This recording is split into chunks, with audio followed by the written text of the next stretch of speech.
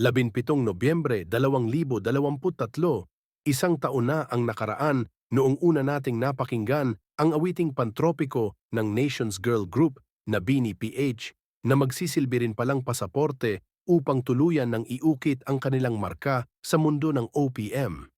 Kinailangan pa ng ilang buwan bago ito tuluyang sumikat na isinakto sa tag-araw nang nagsimulang mag-viral ang kantang iyon at dumami ang dance challenges sa social media. Isa rin sa mga tumatak sa nasabing awitin ay ang dance steps nito kung saan si Bini Sheena Katakutan ang isa sa gumawa ng signature steps nito sa chorus.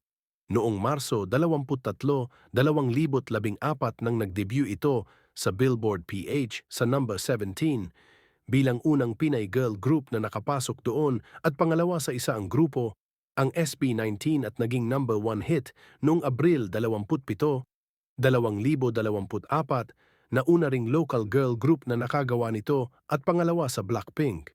Ilang linggo rin itong nagtagal sa Dies Is It ng MOR Entertainment ni DJ Jackie G at naging tila summer anthem ang naturang awitin.